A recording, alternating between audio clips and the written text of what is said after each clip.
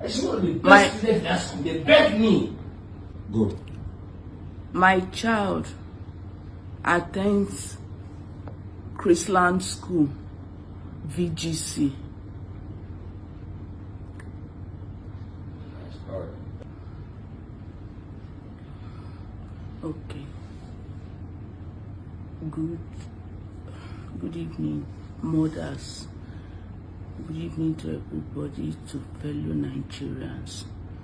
Please, I am making out this cry to everyone to help me out. About a month ago, I was on my way out of Lagos. So I got a call from Mrs. Azike, a head teacher from Chrisland. So she called me that she needed to see me. I said, okay, that I'll come when I return back. So 2 days after, I came to the school. When I got to the school, I met her with 2 other women in her office. And they introduced me as, one introduced herself as Mrs. Kemi. I can't remember her surname, and the other one. So that they came from Chrisland headquarters. I said, okay, is there a problem? They said no. That they just wanted me to know that my daughter, whom I left in their care, that they took to Dubai, that she had a kiss with a boy, and the boy also kissed her. So they found out that they got that kissing thing from True and Dear. So I said, okay, if it is that I will curtail, that what they wanted me to do was for me to take her phone from her, so that they won't keep practicing that. I said, okay, if it's just that I will collect, I was going to get the phone from her. So if there was any other thing, they said no. Even Mrs. Kemi told me that I should not tell my husband, that it is not everything women discuss or disclose this to their husband. So I said, oh, okay, no problem. As long as this is just kissing, and that I will caution my daughter. So I left them. Then I didn't hear anything from them again. The girl was going. I thought everything was fine. Not until after 2 to 3 weeks that we had that conversation, Mrs. Azike, the head teacher, now sent me a link that she wanted us to have a Zoom meeting by 5 p.m. I said, okay, that I was going to join them. So by the time I logged on, I did not see anybody. I had to call her that I did not see anybody online. She now said, okay, she was going to contact the rest people. I said, okay. So we had that meeting. There were many people, boards of directors, which I was even the one asking them, what is your name, sir? What can you introduce yourself? And so one particularly said that his name is Aki.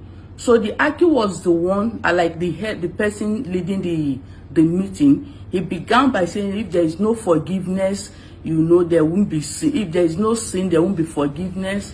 He was speaking in parable. At a time, I had to, I said, what are you talking? What are you people discussing that you are just, He now said, no, that they just wanted to do a follow-up to ensure that I have withdrawn his phone and to check on how is doing. I said, okay, is fine. But he now made a comment. He said, when it happened, I said, sir, what happened?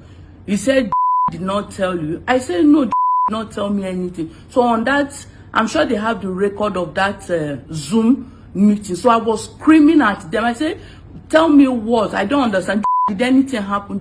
Said no. So I said, okay, as it is now, that I don't even know what you people are talking about. But if he extends more than this, that my husband will definitely know about. But the way you people are calling me that, I'm not comfortable with it. So at the end, we finished the meeting and we left. They didn't tell me anything. I went on my own. So the day after, a parent A parent called me after we had that Zoom meeting the next day that please, that she needed to see me, that it is very, very urgent. So I had to go to her house. When I got to her house, she said something has been trending in Chrisland, that which I am not even aware, that she has told them that if this woman knows that she doesn't think I am aware of this incident. So the woman now called me that, look at this video, see what is trending in Chrisland, that all the parents are aware. So immediately I informed my husband, look at what is going on. So we began to call Mrs. Azike. She refused to pick her call. I called her more than 20 times. She didn't respond to the call. But later, I think she spoke with my husband and told him that she doesn't know anything if such a thing existed. So that was how we began. I even began to beat my daughter that, why would this happen? What is going on? So as we were beating her, the girl now said, Mommy, please, can I talk to you? I said, okay, what is it? She said that the Chrisland, Mrs. Azike, threatened her not to speak out. That she should not speak out. So she narrated how it happened, how they abandoned them in hotel, how the school left them, and how she got, into this thing that is happening now. So even on our behalf, they have been coming to have meeting. They've been sending delegates from their headquarters to have meeting with my daughter without my consent. I was not aware, we were not informed. So please, I am begging Nigerians to help me. Help me, because Chrisland was trying to hide this issue. Chrisland was trying to push us out of the way. And my daughter was going psychologically, insane. Please, I need help as a mother. I am begging fellow Nigerians to help me. Please, that is my cry. Please.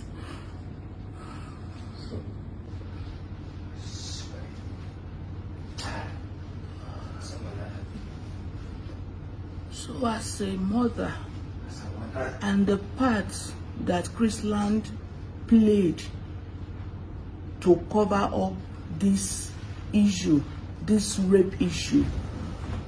Chrisland, on the day of Mother's Day, I was in school. We were all there, not knowing that they had other people, other delegates that came to interrogate my daughter. As soon as we finished that Mother's Day, I left and they took my daughter elsewhere to go and interrogate her without my consent. Coach. Secondly, they've been threatening my daughter that if she speaks out, that they are going to kill her. That it is a men's world. That she should keep quiet. She shouldn't disclose to me. And my daughter was dying in silence. I didn't know. Every day when she's going to school, I'll be forcing her, Julian, come out. I'll be telling her, come outside. Come outside. This child won't want to go to school. Even a teacher, Mr. Timothy, her class teacher was calling her a stupid girl, useless girl. In the midst of other children, in the midst of other students. Please help me. They took this girl, took her to go and do pregnancy tests without me knowing, without the father knowing, and lied to her that they were taking her for COVID test.